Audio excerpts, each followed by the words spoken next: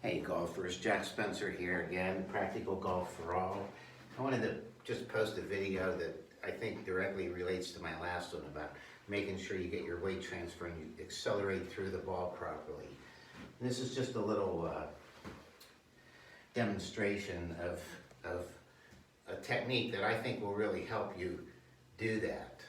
So I have, you take a pretty manageable club. I have my 50-degree wedge here.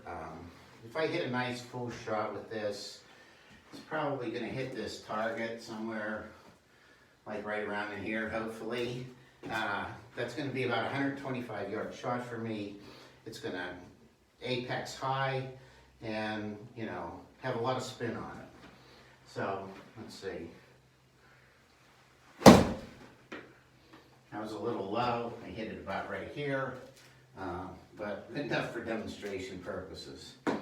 So what I'm talking about to help your mindset get into the ball, get through the ball, just grip down on it a little bit, take it about half, 3/4 of the way back, really accelerate down through it and finish low.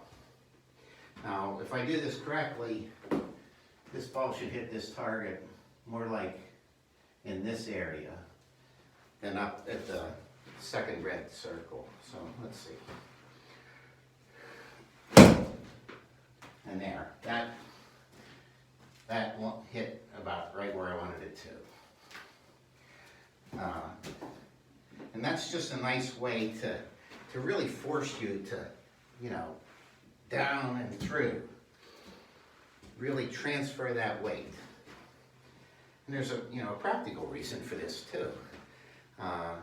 Say you're playing into a wind. You know, normally 110 yards for me is this 56-degree sand wedge. If I hit that, it's going to go high. It's going to apex. It's going to have a lot of spin on it. And the wind's just going to eat it up. You know, it might finish 20 yards or more short, depending on how windy it is. So, again, a normal 56-degree here should, you know, probably hit at the upper part of that second circle. Let's see. Well, not quite. I hit about right there, I guess. So that's, let's say, a 110-yard shot. So I got 110 yards and I'm into a pretty stiff breeze. What am I going to do? I can't hit this. It just won't cover the distance.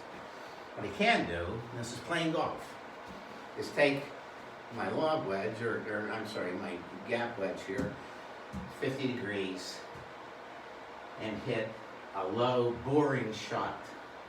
This again should, you know, hit right around in here, much lower launch.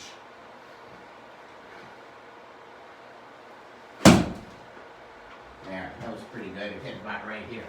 Now that shot's gonna be far less affected by the wind because I gripped down on it a little bit and took kind of a half or 3/4 swing. It should pretty much comfortably cover 110 yards. The other thing you can do with this is, you know, there's two ways of hitting a hook or a draw. You know, if you line the club face up, let's say that second dot, and I line my feet up at the lower dot. So I'm going to be, you know, my body is going to be lined that way. My club face is going to be lined at the middle dot. Hit it. That ball should go out and draw quite nicely. It might go a little higher than you want sometimes though. So what I can do with this is, you know, if I really want this to bore through the wind, I'm going to choke down on it.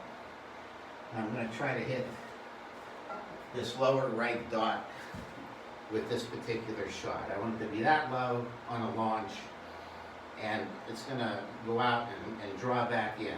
And how I'm going to do that on my backswing, I'm going to close the face like I talked about before.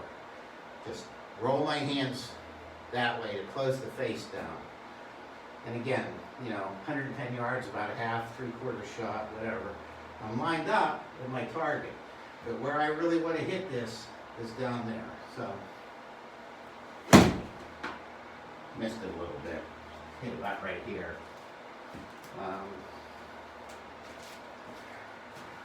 Like I said, I hit squirrely shots too. Let's try that one more time. See if I can get it in that red area. Line up at my target, square. Play the ball back a little bit. Yeah.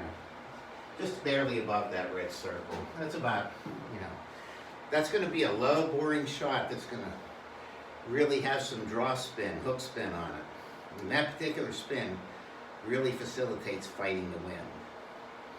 So, I think that drill, if you do that, half, 3/4 of the way back, finish low, but really fire down through the middle of it.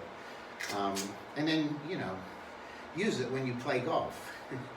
Just because you have a 110-yard club or a 125-yard club or whatever, doesn't necessarily mean you always want to use that club for that particular distance. For instance, too, let's say I have 120 into a pin and the pin's tucked back left and there's a gaping bunker, the green's shaped kind of like a boomerang. There's a big gaping bunker protecting the front of the pin from where I am. The safe shot there is to play to the middle of the green or even to the right of the middle of the green, draw it back in. When it hits, it's going to, spin down towards the hole. And if it doesn't happen to draw as much as you hoped it will, you'll still have a putt. You won't have a bunker shot. So, that's a practical application for this as well. You just drive it in low and know that it's going to draw towards that pin, like that. Saw off the finish. But in order to do that, you cannot decelerate through the strike. You have to make sure that you accelerate. So, that's just a little tidbit I thought I'd throw in there to kind of enhance what I talked about before about weight transfer. And, if you practice that, you get that good weight transfer on that particular swing, it's applicable to all the clubs in your bag except your putter. So, I hope you enjoyed that. And here's to good golf.